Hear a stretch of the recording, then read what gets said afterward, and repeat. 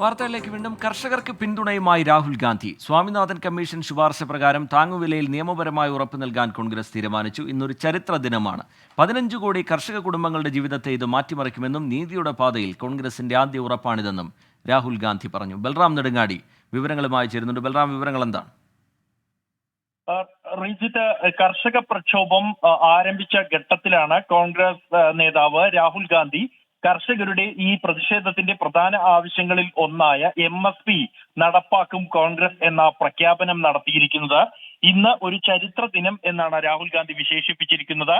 Swaminathan commission ശുപാർശ ചെയ്തതനുസരിച്ച് MSP നിയമപരമായ ഉറപ്പ് നൽകാൻ കോൺഗ്രസ് തീരുമാനിച്ചിരിക്കുന്നു എന്നാണ് രാഹുൽ ഗാന്ധി വ്യക്തമാക്കിയിരിക്കുന്നത്. അതായത് കാർഷിക വിളകൾക്ക് ഉൽപാദന ചെലവിന്റെ പകുതി ഉൾപ്പെടെ ലാഭം നൽകുന്ന തരത്തിൽ മിനിമം താങ്ങുവില ഉറപ്പാക്കുക എന്നുള്ളതാണ് കമ്മീഷന്റെ ശുപാർശ. അത് കോൺഗ്രസ് അധികാരത്തിലെത്തിയാൽ നടപ്പാക്കും, നിയമപരമായി അതിനായി നിയമം നിർമ്മിക്കും എന്നാണ് രാഹുൽ ഗാന്ധിയുടെ ഉറപ്പ്.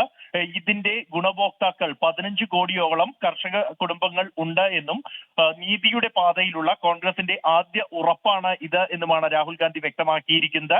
സ്വാമിനാഥൻ കമ്മീഷൻ ശുപാർശ ചെയ്ത് MSP നടപ്പാക്കണം എന്നതടക്കമുള്ള 9 ആവശ്യങ്ങൾ ഉന്നയിച്ചാണ് കർഷകർ ഇന്ന് ഡൽഹി ചലോ പ്രതിഷേധത്തിന് തുടക്കം കുറിച്ചിരിക്കുന്നത്. ഇതിൽ പ്രധാന ആവശ്യമായ MSP സംബന്ധിച്ച് ഇതുവരെയും കേന്ദ്ര സർക്കാരുമായി നടത്തിയ 2 ചർച്ചകളിലും തീരുമാനം ആയിരുന്നില്ല. ഈ ഘട്ടത്തിലാണ് കോൺഗ്രസ് അധികാരത്തിലെത്തിയാൽ MSP നിയമം നടപ്പാക്കും എന്ന ഉറപ്പ് രാഹുൽ ഗാന്ധി നൽകിയിരിക്കുന്നത്. റെജിത്ത്, ശരി. ബൽറാം നെടുങ്ങാടി ഡൽഹിയിൽ നിന്ന് വിവരങ്ങൾ നൽകുകയായിരുന്നു.